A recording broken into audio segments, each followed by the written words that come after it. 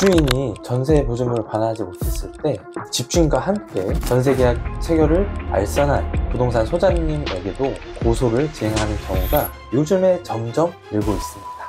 부동산 소장님 입장에서는 아니 내가 거래 당시에 정상적으로 거래를 중개하고 계약서도 잘 작성을 해줬고 이제 와서 2년이 지난 시점에 나한테 계약 체결에 책임을 묻는다는 게 이게 너무 억울하고 황당하다, 정말 난감하실 수가 있는데요. 내가 실제로는 사기에 가담하지 않았으니까 경찰이 알아서 해주겠지, 이런 생각을 가지고 경찰 조사 쉽게 생각하시고 아무런 준비 없이 조사를 받으시면 절대 안 됩니다. 세입자 입장에서는 전세보증금이 전 재산에 해당하잖아요. 이 전세보증금을 어떻게 해서든 피해를 회복하기 위해서 변호사를 선임해서 부동산 소장님한테도 형사적으로나 민사적으로나 책임을 돌리려고 할 거예요. 그런데 우리 부동산 소장님이 아무리 억울하다고 하더라도 형사사건 제대로 대응을 못해서 만약이라도 경찰에서 사건이 혐의 있음으로 송치가 돼서 검찰로 넘어가게 됐을 경우에는 이게 형사책임 처벌받는 것도 문제지만 민사적으로 전세 사기 피해금, 전세보증금만큼 손해배상 책임을 질 수 있는 상황도 발생할 수가 있다. 그리고 사기 같은 경제범죄로 처벌받는 경우에는 공인중개사법에 따라서 공인중개사 자격이 취소될 수도 있습니다.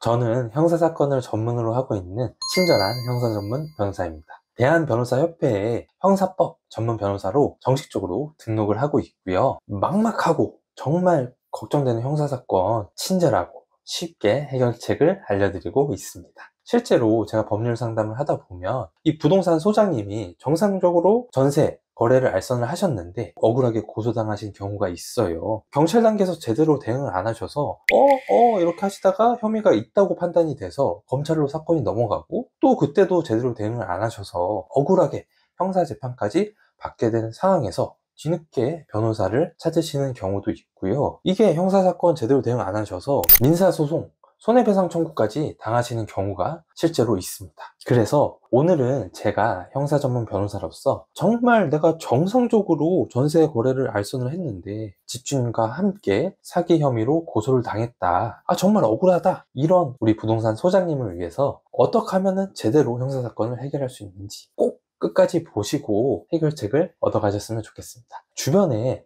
이 전세 사기 사건으로 골치 아픈 부동산 소장님들한테도 오늘 영상 공유해주세요.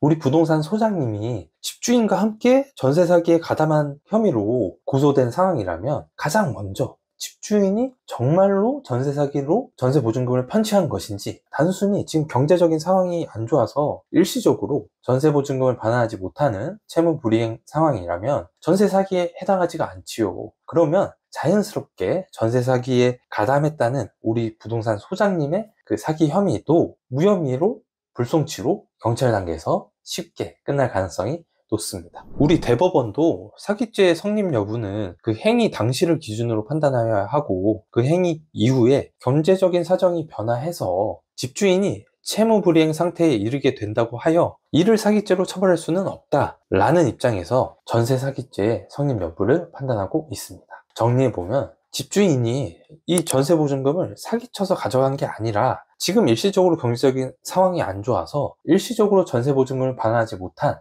채무 불이행 상태인 것이라면 전세 사기로 처벌받는 범죄에 해당하지 않는다. 그렇다면 그 전세 계약을 중개한 우리 부동산 소장님도 전세 사기 혐의가 인정될 여지가 없다.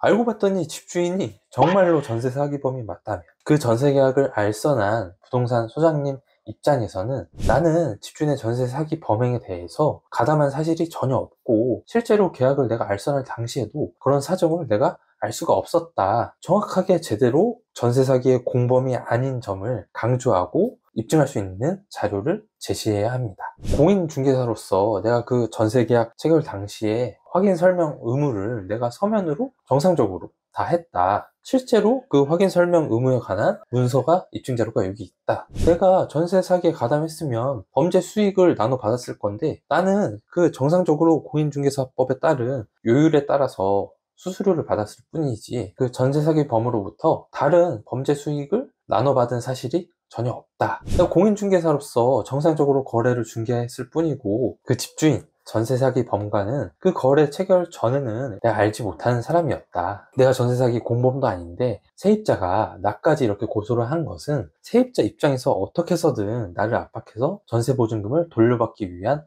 목적에서 사기 공범이 아닌 나한테까지 고소한 것으로 생각된다. 이런 점들을 정리를 하셔서 강조를 하시고 관련된 입증 자료를 제출하셔야지 내가 전세 사기 공범이 아니다라는 사실을 인정받을 수가 있습니다.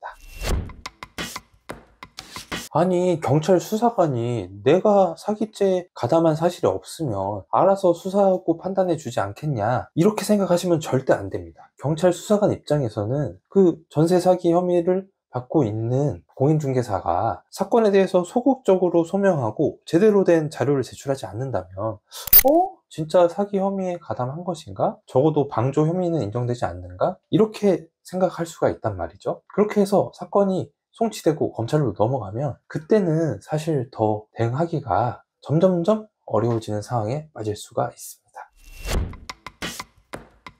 집주인이 단순히 채무 불이행 상황인지 아니면 정말로 전세 사기 범이 맞는지 어떻게 판단을 할 수가 있느냐, 사실 모르죠. 공인중개사로서 우리는 그 거래, 전세계약 체결 당시까지만 확인 설명 의무를 성실하게 다하면 되는 것이고, 계약이 체결된 이후부터의 사정은 사실 우리가 팔로우하는 게 우리의 그 업무는 아니잖아요. 고소장을 꼼꼼히 살펴보셔야 합니다. 고소장을 보셔서 이게 집주인이 지금 단순히 채무 불이행 상황이고 경제적인 여력이 있으면은 보증금을 언제든지 돌려줄 수 있는 상황인데, 집주인을 형사적으로 압박해서 전세 보증금을 반환받기 위해서 좀 어거지로 고소한 사안이구나, 아니면 고소장을 봤더니 이게 첨부 자료도 보니까 집주인이 정말로 이 전세 사기범이 맞구나, 공범이 아니라는 사실을 제대로 강조를 해야겠구나 라고 판단을 하셔야 합니다.